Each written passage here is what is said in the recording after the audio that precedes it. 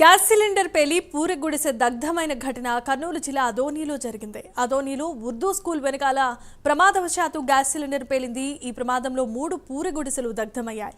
Cylinder పేలడంతో స్థానికులు తీవ్రమైన భయాందోళనకు గురవుతున్నారు. వెంటనే ఫైర్ సిబ్బంది వచ్చి మంటలను అదుపు చేశారు. ఇంట్లో ఎవరూ లేకపోవడంతో ఎలాంటి ప్రాణ నష్టం జరగలేదు.